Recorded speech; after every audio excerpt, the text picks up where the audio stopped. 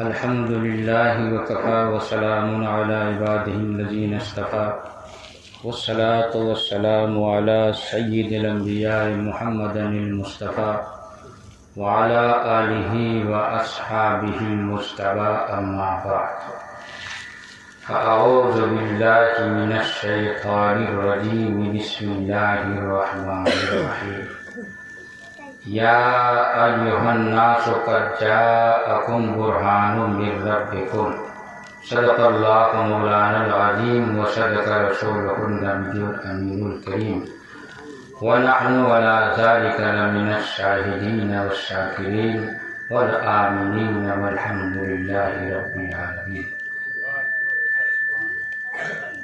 سب سے اعلیٰ و اولا ہمارا نبی، سب سے بالا و والا ہمارا نبی، سارے اونچوں میں اونچا سمجھیے جسے، ہے اس اونچے سے اونچا ہمارا نبی۔ کرنوں بدلی رسولوں کی ہوتی رہی، پر نہ بدلے نہ بدلا ہمارا نبی۔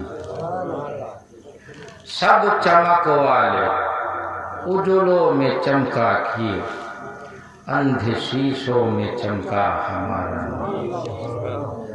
خلق سے اولیاء، اولیاء سے رسول، اور رسولوں سے اعلیٰ ہمارا نبی۔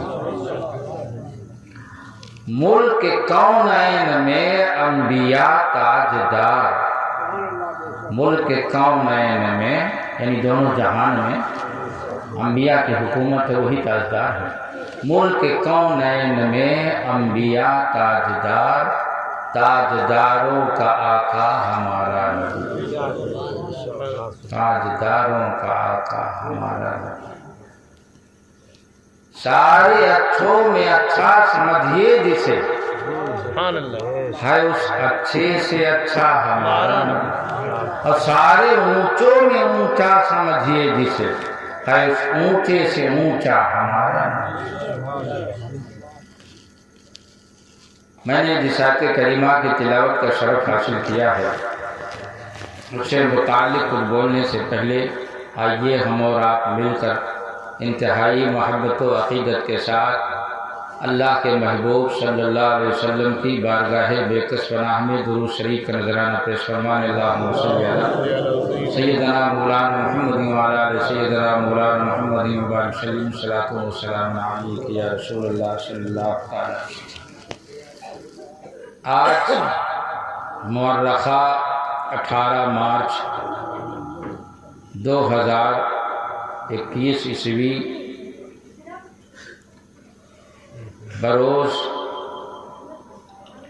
شب جمعہ موضع اصالحہ ضلع کوسمبی میں تحریک فروغ اسلام کے زیر اہتمام درس حدیث کی یہ محفل منعقد ہے، جس میں ہم اور آپ شرکت کی سعادت مندی حاصل کر رہے ہیں۔ جب سے تحریک فروغ اسلام کی شاخ اور برانچ ضلع کوسمبی میں قائم ہوئی ہے، جگہ جگہ درس حدیث کے پروگرام ہو رہے ہیں تاکہ ہمارے سینوں میں اس کے رسول جو سویا ہوا ہے وہ بیدار ہو جائے، کیونکہ اس کے رسول ایسی چیز ہے کہ جب یہ بیدار ہو جاتا ہے تو بڑے بڑے مشکل کام آسان ہو جاتے ہیں۔ آپ حضرات جانتے ہیں کہ ہم اہل سنت و جماعت بہت زیادہ بکھر چکے ہیں، اور ہم سب کو ضرورت ہے کہ ہم سب منظم اور متحد ہو جائیں، اور منظم و متحد ہو کر ایک پلیٹ فارم پہ آ جائیں تاکہ اپنی ایک طاقت بنے اور اسلامی دعوت اور تبلیغ کا کام آسان ہو جائے۔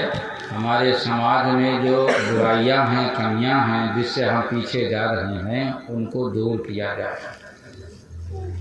یہ تحریک کا مقصد ہے۔ اس تحریک کا پمفلٹ آپ نے دیکھا ہوگا تو آپ نے اس میں لکھا ہوا دیکھا ہوگا کہ پہلے ہی پوائنٹ تحفظ ناموس رسالت، اس کے رسول اس کا پہلا ہی پوائنٹ ہے۔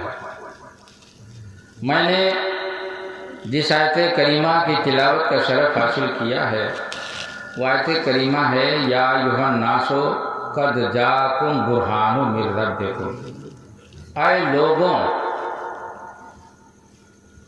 کہیں پر فرماتا ہے یا ایھا النبی، اے نبی،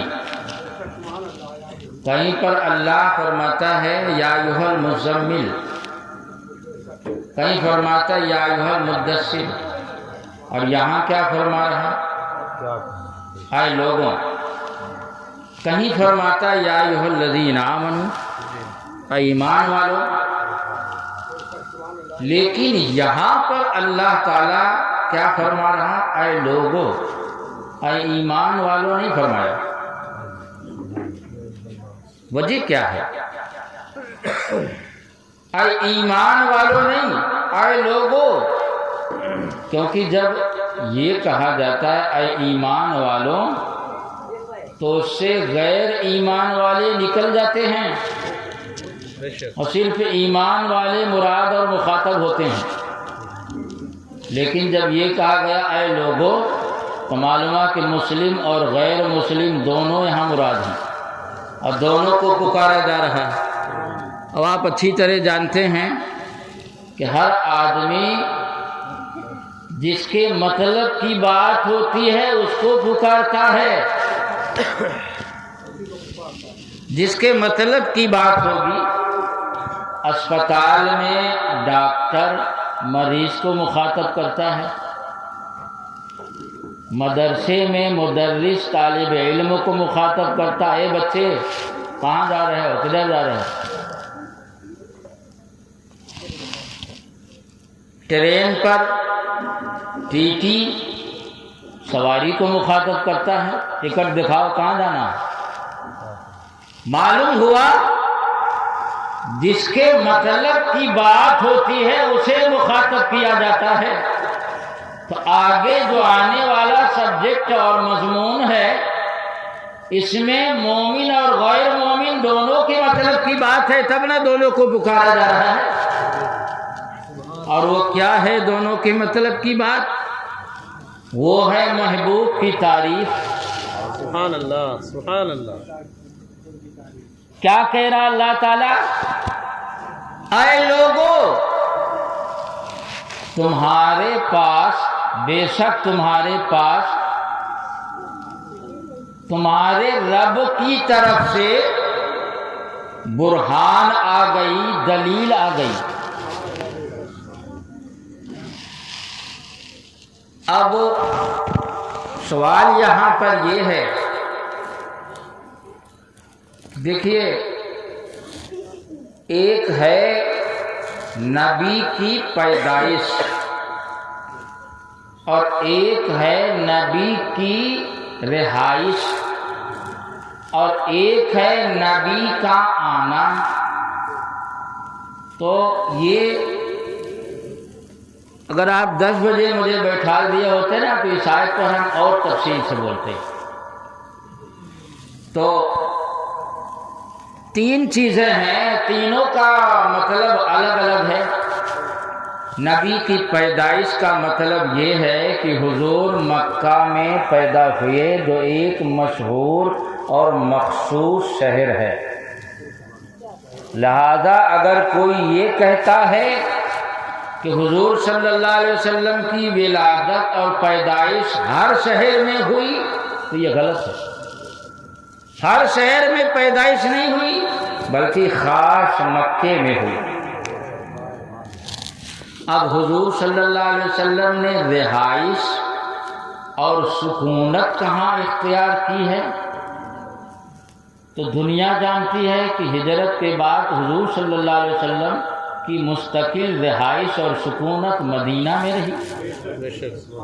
لہذا اگر کوئی یہ کہے کہ حضور کی سکونت اور حضور ہر شہر میں مکان بنا کے رہتے تھے تو یہ غلط ہے۔ معلوم ہوا ولادت مکے میں، سکونت مدینے میں۔ اب آئیے خدا سے پوچھا جائے کہ آمد کہاں؟ اللہ آمد کہا حضور آئے کس کے پاس؟ تو قرآن کہتا قد جاءکم، تم سب کے پاس، قد جاءکم برہان من ربکم، آئے تو ہیں تمہارے رب کے پاس سے، مگر ایک آدمی کے پاس نہیں آئے، مکے والوں کے لیے نہیں، مدینہ والوں کے لیے نہیں، طائف والوں کے لیے نہیں، بلکہ آئے لوگوں، یا ایھا الناس، آئے لوگوں تم سب کے پاس۔ تو یار اس آیت سے تو یہ سمجھ میں آیا کہ محبوب پوری دنیا میں سب کے پاس جب آئے تو سب کے پاس ان کی جلوہ گری ہے۔ کیا کہنا، اور میں نہیں کہہ رہا، قرآن کہہ رہا، قد جاءکم، قرآن اٹھا کے دیکھ لو ترجمہ بے، اور اس میں تاکید بھی اللہ کرا، قد جا، قد بے شک۔ اللہ جانتا ہے نا کہ اس مفہوم میں شک کریں گے لوگ کہ نبی سب کے، اتنی بڑی دنیا سب کے پاس کیسے آ گئے، یہ کیسے ہو سکتا ہے؟ آئے تو مکے میں کہتا آئے ہیں مکے میں ولادت کے اعتبار سے، رسالت کے اعتبار سے کس کے پاس آئے ہیں، نبوت کے اعتبار سے کس کے پاس آئے ہیں؟ تو قرآن کہہ رہا یا ایھا الناس، یہ نہیں کہہ رہا اے مکے والوں، یہ نہیں کہا اے مدینے والوں، ساری دنیا کے انسانوں کو مخاطب کر کے فرما رہا اے لوگو تم سب کے پاس برہان آ گئی، دلیل آ گئی، سبحان اللہ، سب کے پاس۔ اب یہ ظاہر سی بات ہے۔ اچھا یہاں ایک نقطہ اور سمجھ میں آیا کہ اللہ تعالیٰ نے جب اپنے محبوب کو سارے عالم کے لیے رحمت کہا تھا تو وہاں فرمایا تھا وَمَا أَرْسَلْنَاكَ إِلَّا رَحْمَةً لِّلْعَالَمِينَ، وہاں سارے عالم کو مخاطب کیا، اور عالم کہتے ہیں اللہ کی ذات اور صفات کے علاوہ جتنی چیزیں ہیں، چاہے فرشتے ہوں، چاہے جنات ہوں، چاہے انسان ہوں، چاہے شجر ہوں، چاہے حجر ہوں، چاہے گھاس ہوں، چاہے پھوس ہوں، سب عالم میں آتے ہیں، سنسار سب عالم میں آئیں گے۔ اللہ کی ذات و صفات قدیم ہے، واجب الوجود ہے، اس کے علاوہ ساری چیزیں عالم میں۔ تو جب اللہ نے وہاں فرمایا اے محبوب ہم نے آپ کو سارے عالم کے لیے رحمت بنا کر بھیجا، اور یہ ماننا پڑے گا کہ رحمت کے بغیر ہم ایک پل نہیں چل سکتے۔ اگر اللہ کی رحمت نہ ہو تو ہم ایک پل نہیں چل سکتے، کب کیا ہو جائے ایک سیکنڈ میں، ایک سیکنڈ نہیں چل پائیں گے اگر اللہ کی رحمت نہ ہو۔ اور اللہ کی رحمت کیا ہے؟ اللہ کہتا ہم نے اے محبوب آپ کو سارے عالم کے لیے صرف رحمت بنا کر بھیجا، صرف حسر کے ساتھ صرف رحمت بنا کر بھیجا۔ تو وہاں پر رحمت کی بات تھی، اور دنیا جانتی ہے کہ رحمت کی ضرورت گھاس کو بھی ہے۔ اگر گھاس آپ لا کے پیڑ پودے گھاس پھوس بھی آپ لگاتے ہیں، کھیتوں میں آپ بیج ڈالتے ہیں فصل کے لیے، اس پہ اگر اللہ کی رحمت نہ ہو تو وہ بڑا ہوگا؟ تو رحمت کی ضرورت تو کھیت کو، پیڑ کو، سبزوں کو، سب کو ہے۔ تو رحمت کی ضرورت سب کو ہے، تو وہاں سب کو مخاطب کیا، عالم کو، چاہے شجر ہو، چاہے حجر ہو، چاہے پیڑ پتھر دیوار مکان دکان میدان، سب عالم ہے، اور سب کو رحمت کی ضرورت ہے۔ اللہ کی رحمت ہٹی قصہ ختم۔ تو وہاں پر عالم عالمین کہا اللہ نے، اور یہاں کیا فرما رہا اے لوگوں؟ تو اس میں نقطہ کیا ہے؟ نقطہ یہ ہے کہ آگے جو بات آنے والی ہے وہ دلیل کی بات ہے، اور دلیل میں غور کرنا پیڑ پتھر کا کام نہیں ہے، غور کرنا دلیل میں غور کرنا انسان کا کام ہے۔ تو اللہ نے فرمایا اے لوگو تمہارے پاس بے شک اللہ کے پاس سے برہان آ گئی، دلیل آ گئی۔ مطلب یہ ہے کہ اس میں غور کرو اور غور کر کے اس پر ایمان لاؤ۔ یہاں ایمان لانے کی بات تھی، غور کرنے کی، اور غور کرنے کی صلاحیت یہ زمین پر جو گھاس پھوس پیڑ پتھر ان میں نہیں ہے، غور کرنے کی صلاحیت انسان کے اندر کہ انسان شرف عقل سے مشرف۔ اس لیے اچھا اب ہم آپ کو یہ سمجھائیں کہ اللہ نے فرمایا اے لوگو، تو اس سے مراد ساری دنیا کے لوگ ہیں یا نہیں؟ حضور ساری دنیا کے نبی ہیں نا۔ حضور کے زمانے میں، حضور کے بعد اب کوئی نیا نبی نہیں آئے گا، اب قیامت تک کوئی نیا نبی نہیں آئے گا۔ عیسیٰ علیہ السلام آئیں گے تو وہ نئے نہیں ہیں، وہ تو پرانے ہیں، اٹھا لیے گئے پھر اتار دیے جائیں گے۔ تو سارے لوگوں کو اللہ نے پکار کے کہا تم سب کے پاس محبوب آ گیا۔ اب یہ چیز سمجھ میں نہیں آتی کہ مسلمان تو پوری دنیا میں ہیں، اور یہاں لوگوں کو کہا جا رہا ناس، یا ناس عربی زبان کا لفظ ہے، اس کو عربی ٹو اردو ڈکشنری اور کوش میں جب اس کی میننگ دیکھیں گے تو آپ کو ملے گا کہ ناس کے معنی انسان لوگ مراد۔ تو آپ جانتے ہیں کہ انسان ساری دنیا میں ہے، تو ماننا پڑے گا کہ حضور ساری دنیا میں ہے، حضور کی جلوہ گری ساری دنیا میں ہے۔ واہ واہ سبحان اللہ۔ ارے یار حاضر و ناظر اسی کو تو کہتے ہیں، سبحان اللہ، حاضر و ناظر اسی کا نام ہے۔ سبحان اللہ۔ اب آپ مجھ سے پوچھیں کہ حضرت یہ بات تو سمجھ میں نہیں آتی، حضور صلی اللہ علیہ وسلم کا جسم و بدن مبارک تو مدینہ میں آج بھی مزار اقدس میں دفن ہے، پھر حضور پوری دنیا کے لوگوں کے پاس کیسے ہیں؟ جب حضور کا جسم مدینے میں ہے ایک جگہ، تو پوری دنیا میں حضور کیسے ہیں؟ پوری دنیا میں حضور کی جلوہ گری کیسے ہو گئی؟ تو میں آپ کو جواب دوں گا کہ آپ یہ بتائیے کہ سورج جب صبح طلوع ہوتا ہے تو اس کی ٹکیا تو ایک ہی جگہ ہوتی ہے، مگر اس کی روشنی اور جلوہ گری گھر گھر کیسے پہنچ جاتی ہے؟ سبحان اللہ، گھر گھر پہنچ جاتی ہے، ہر جگہ حق ہے۔ اور یہ بھی آپ نے دیکھا ہوگا کہ سورج کو آپ اسارہ سے دیکھو تو لگتا یہی طلوع ہو رہا ہے، اور الہ آباد سے دیکھو تو لگتا یہی طلوع ہو رہا ہے، اور یار کانپور سے دیکھو تو لگتا یہی طلوع ہو رہا ہے۔ تب جب لوگ مجھ سے پوچھتے ہیں کہ اللہ نے فرمایا کچاکم تم سارے لوگوں کے پاس محبوب آ گیا، تو یہ کیسے ہو جائے گا؟ میں پوچھتا ہوں وہ کیسے ہو جاتا؟ جب سورج نکلتا ہے تو وہ کیسے ہو جاتا ہے؟ سورج کا اب سورج جب اوپر چڑھتا ہے تو آپ اسارہ میں دیکھو تو سورج نظر آ رہا ہے، کراری میں دیکھو تو سورج لگتا کراری میں ہے تھا، آپ کے سر پہ کراری میں نظر آئے گا، ہاں؟ اور آپ اور آگے بڑھو دوارا میں دیکھو گے تو آپ لگے گا سورج دوارا میں ہے، بھرواری میں آپ آگے بڑھو دیکھو تو لگے گا بھرواری میں ہے۔ یہ عجیب حال ہے یار۔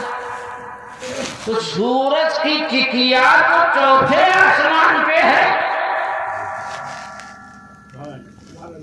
سورج کی ٹکیا تو چوتھے آسمان پہ ہے، یہ سورج کی جلوہ گری ہر جگہ کیسے؟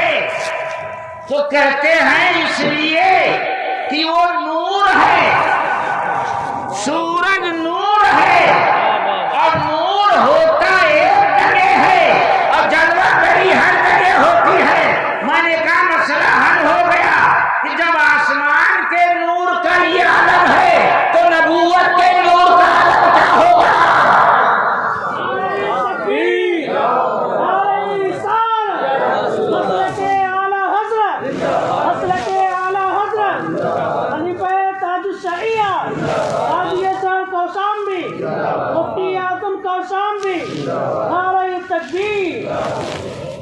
یار جب آفتاب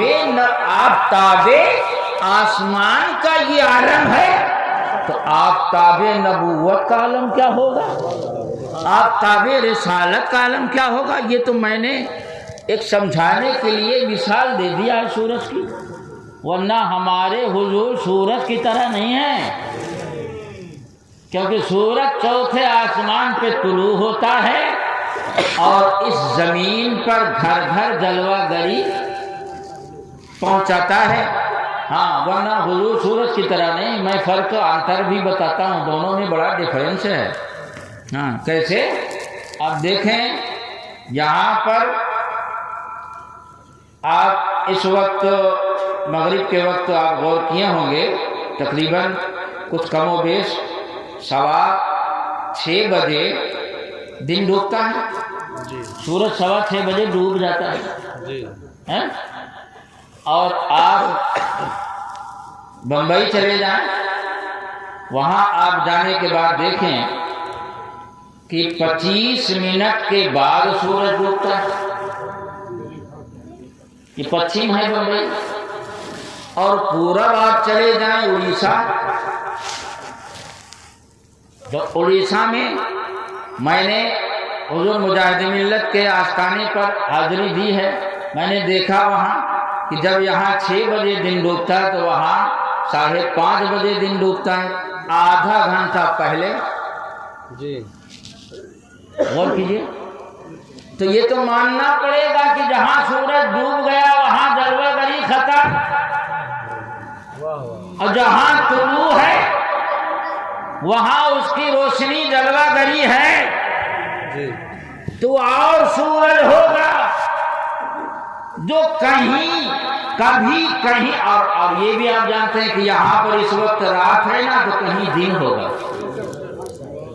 تو اور سورج ہوگا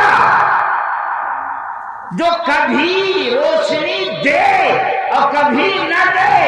وہ آفتاب نبوت ہے جو رات میں بھی طلوع رہتا ہے، دن میں بھی طلوع رہتا ہے، کبھی غروب نہیں ہوتا۔ اسے اللہ نے جب سے طلوع کر دیا ڈوبتا نہیں ہے۔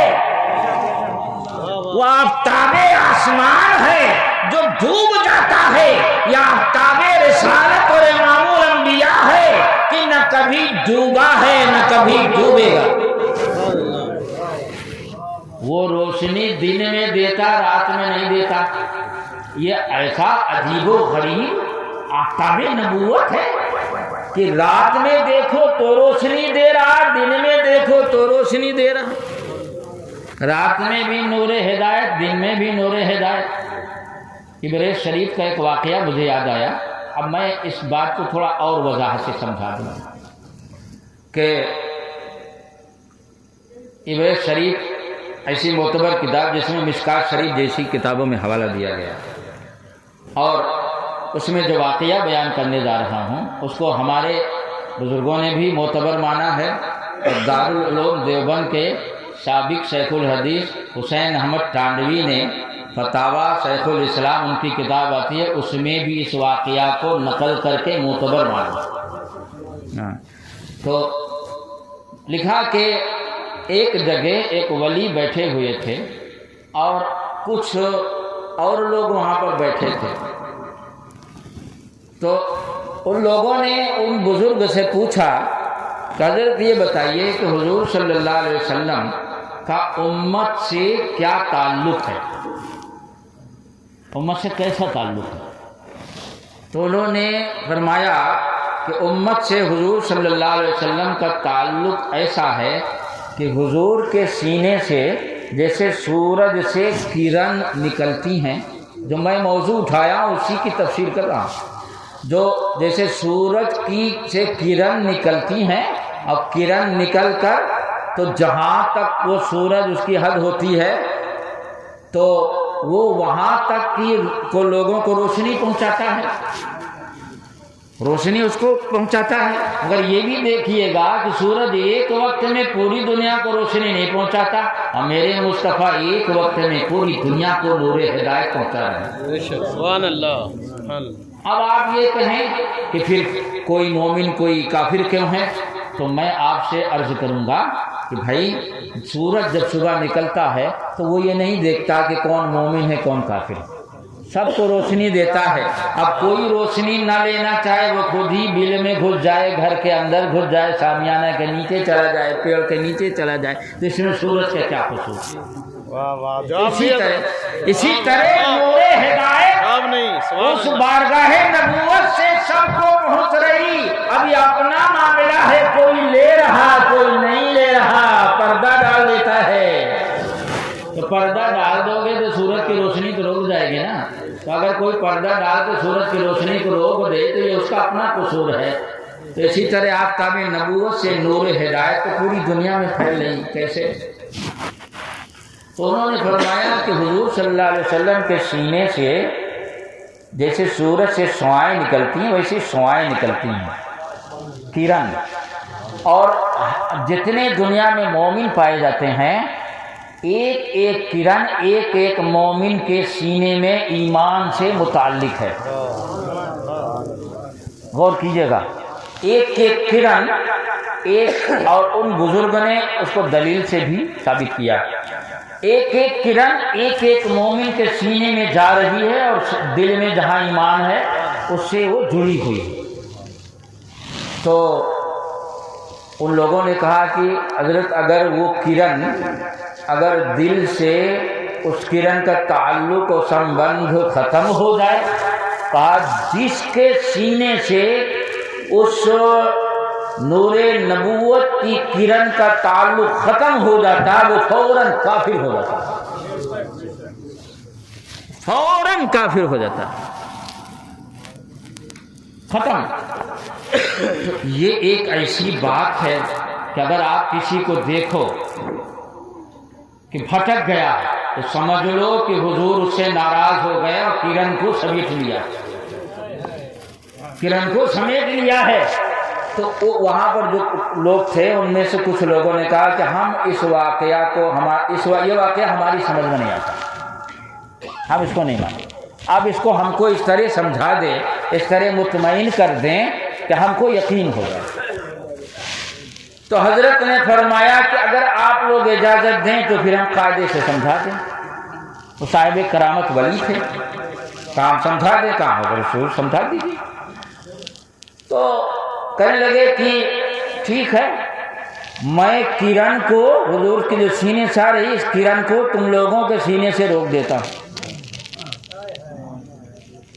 صاحب کرامت ولی تھے، اس کرن کو روک دیتا ہوں۔ کہاں روک کے دکھائیے؟ اور جیسے ہی کرن کو روکا وہاں پر جتنے تھے اعتراض کیے تھے سب کے سب فوراً عیسائی ہو کے مرتد اور کافر ہو گئے، فوراً اسلام کا انکار کر دیا۔ اب اس کے بعد حضرت نے کرن کو پھر چھوڑا، جب ان کے سینے سے گئی تو فوراً اپنے کفر سے توبہ کر کے ایمان لائے۔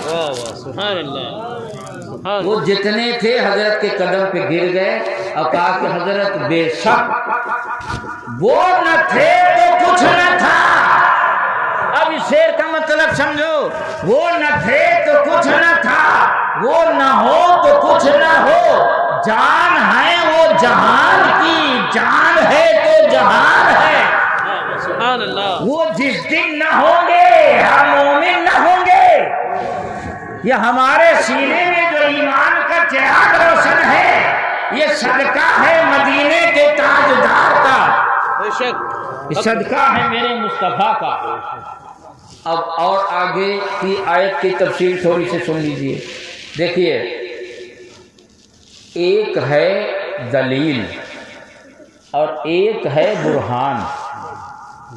عربی زبان، دونوں عربی زبان کے لفظ ہیں، دلیل بھی عربی زبان کا لفظ ہے اور برہان بھی عربی زبان کا لفظ ہے۔ دلیل کی جمع دلائل آتی ہے اور برہان کی جمع براہین۔ تو یہ دونوں لفظ ہیں، ان میں دونوں میں فرق ہے۔ اللہ نے یہ نہیں فرمایا تمہارے پاس دلیل آ گئی، فرمایا تمہارے پاس برہان آ گئی، تو کچھ تو فرق ہے، تب نا اللہ نے دلیل کو ترجیح نہیں دی، برہان کا لفظ لائے۔ وجہ تو ہے، کوئی نقطہ تو ہے۔ نقطہ یہ ہے کہ آپ جب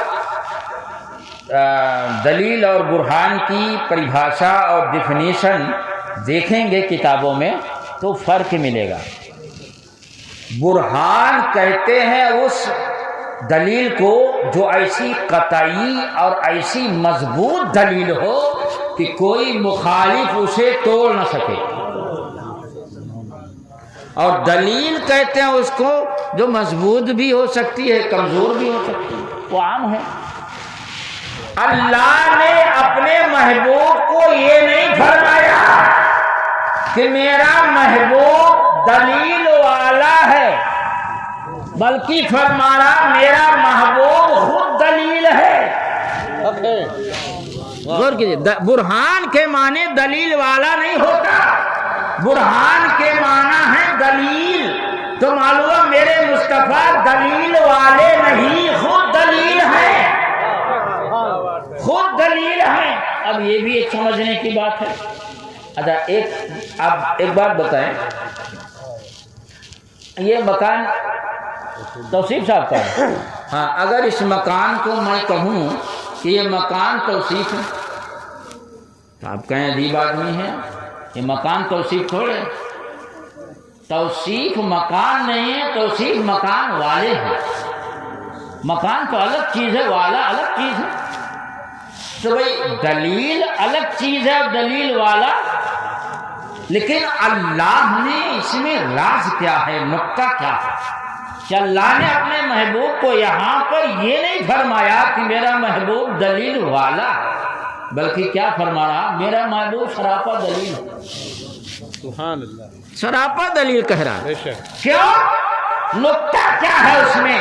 نقطہ یہ ہے کہ پچھلے انبیاء کرام جو آتے تھے ان میں کسی کو ایک معجزہ، کسی کو 2 معجزہ، کسی کو 3 معجزہ، کسی کو 9 معجزہ، کسی کو کچھ، کسی کو کچھ، تاکہ امت اگر سوال کرے کہ نبی جو بھی بن کے آتا ہے تو اللہ تعالیٰ اس کو کوئی نہ کوئی معجزہ دیتا ہے، تو آپ اگر نبی ہیں تو آپ بھی کوئی معجزہ دکھائیں۔ امت یہی سوال کرتی تھی، تو اللہ تعالیٰ ہر نبی کو کوئی نہ کوئی معجزہ، جیسے موسیٰ علیہ السلام کو 9 معجزہ کا تذکرہ قرآن میں ہے، وَلَقَدْ آتَيْنَا مُوسَىٰ 9 آیات بینات، اور بے شک ہم نے موسیٰ کو 9 معجزات دیے۔ آیات بینات سے مراد معجزہ، 9 معجزات دیے، 9 معجزات۔ عیسیٰ علیہ السلام فرماتے ہیں وَأُبْرِئُ الْأَكْمَحَ وَالْأَبْرَصَ وَأُحْيِي الْمَوْتَىٰ بِإِذْنِ اللَّهِ، میں مادر زاد اندھے کو شفا دے دیتا ہوں، اور سفید داغ والے کو شفا دے دیتا ہوں، اور مردے کو زندہ کر دیتا ہوں اللہ کے حکم سے۔ تو عیسیٰ علیہ السلام کے یہاں 3 معجزات کا تذکرہ ہے۔ اسی طرح اور انبیاء کرام کو، کسی کو موسیٰ علیہ السلام کو اللہ نے یہ بھی معجزہ دیا تھا کہ ان کے ہاتھ میں جو ڈنڈا تھا، عصا تھا، وہ اس کو جب چاہتے وہ رسی بن جاتا، جب تو رسی سے پانی بھر لیتے کنواں سے، اور پھر جب پانی بھر کے ضرورت پوری ہو جاتی تو پھر ڈنڈا بن جاتا۔ اور جب جادوگروں سے جو ہے تو صاحب مقابلہ ہوا تھا، جس میں کم و بیش 1,40,000 سانپ کو جادوگروں نے میدان میں چھوڑ دیا تھا۔ ایک ڈنڈا لائے تھے اور ایک رسی لائے تھے، تو ڈنڈا کو بھی، وہ تو نظر بندی تھی، ڈنڈا کو بھی سانپ بنا دیا اور رسیوں کو بھی سانپ بنا دیا۔ تو 70,000 جادوگر تھے، تو 70 دونا 140 ہی نہ ہوا، 140 یعنی 1,40,000 سانپ ہو گئے، اور پورے میدان میں صاحب وہ چلانے لگے۔ تو حضرت موسیٰ علیہ السلام اب میدان میں کیسے اترے، بڑے بڑے سانپ۔ تو اللہ رب العزت نے فرمایا آپ کے ہاتھ میں جو میں نے عصا دیا یہ معجزہ ہے، جب جیسی ضرورت ہو آپ اس سے اپنی ضرورت پوری کریں۔ حضرت موسیٰ علیہ السلام نے اپنے عصا کا، والقِ عصا کا، اللہ نے فرمایا اپنے عصا کو آپ ڈال دیجئے، اب میدان میں ڈال دیجیے۔ حضرت موسیٰ علیہ السلام نے وہ والقِ عصا کا پہ عمل کیا، اور میدان میں جب اپنے ڈنڈا کو ڈال دیا تو وہ اتنا بڑا سانپ بن گیا کہ سارے سانپوں کو نگل گیا، 1,40,000 سانپوں کو نگل گیا۔ مقابلہ کی بات چھوڑیے، ارے مقابلہ برابر شرابر سے نہ ہوتا بھائی، وہ اتنا بڑا سانپ جو سانپوں کو نگل جائے تو اسے مقابلہ کی کون سی بات؟ مقابلہ یہاں ہے ہی نہیں، مقابلہ تو برابر شرابر سے ہوتا ہے۔